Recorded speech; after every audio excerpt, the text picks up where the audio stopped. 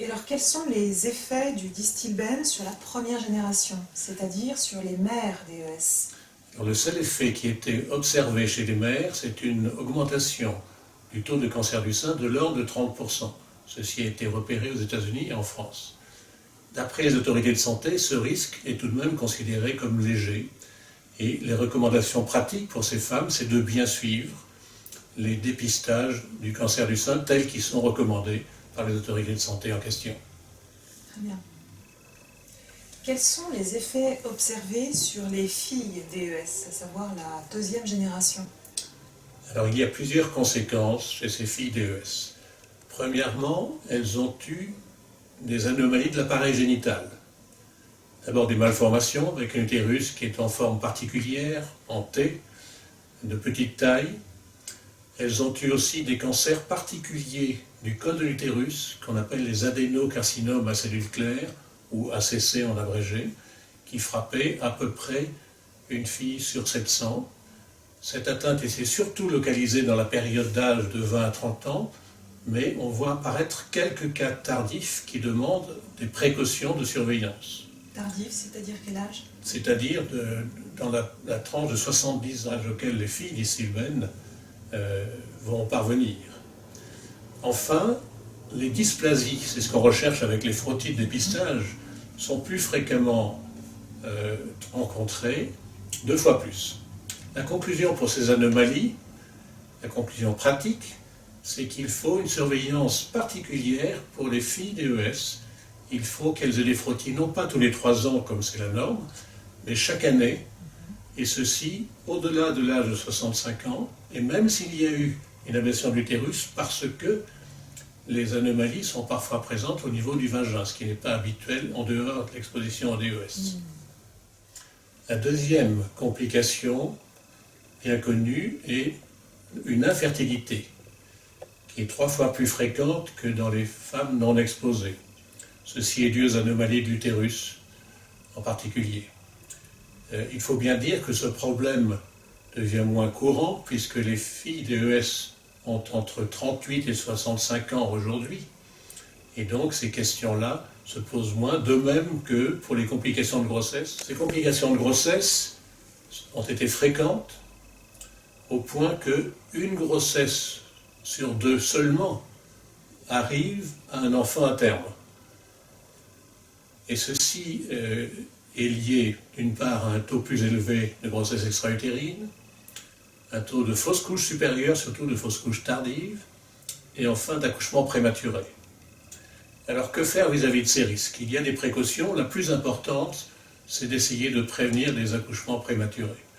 Et ceci correspond à une surveillance particulière, dans certains cas un cerclage particulier aussi, et il faut aussi très tôt en cours de grossesse un repos. Et d'ailleurs l'association DES France a réussi à obtenir une prise en charge préférentielle du congé de maternité, ce qui aide ces patientes qui ont très souvent besoin de s'arrêter et tôt en cours de grossesse. Bien sûr, mais pour s'arrêter, on en revient au point du départ, encore faut-il être informé.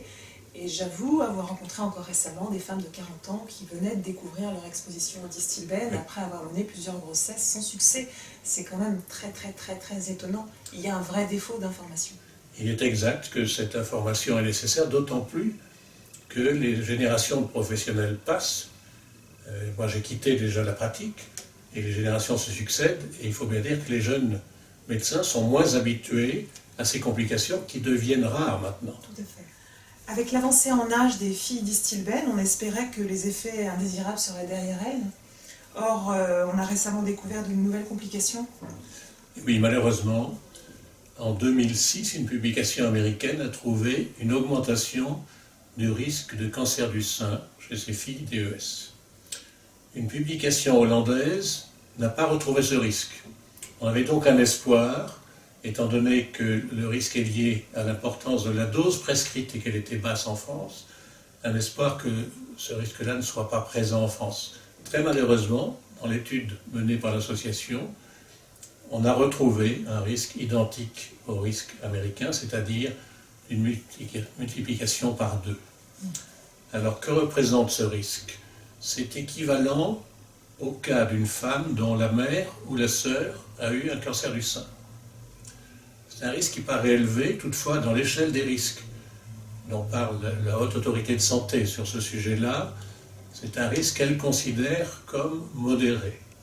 Et ce qui est recommandé dans ce cas, c'est de faire l'ensemble de l'évaluation des risques éventuellement associés, tels que des cas de cancers familiaux associés à l'exposition au DES, et suivre soit le dépistage standard qui est tous les 2 ans, soit éventuellement augmenter la fréquence ou surtout la date de début des mammographies, par exemple, à 40 ans.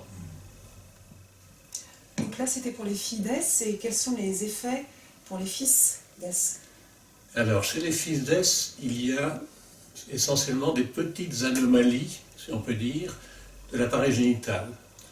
Il y a ce qu'on appelle l'hypospadias. Ce sont des enfants qui ont un orifice urinaire situé, non pas à l'extrémité, mais en dessous de la verge.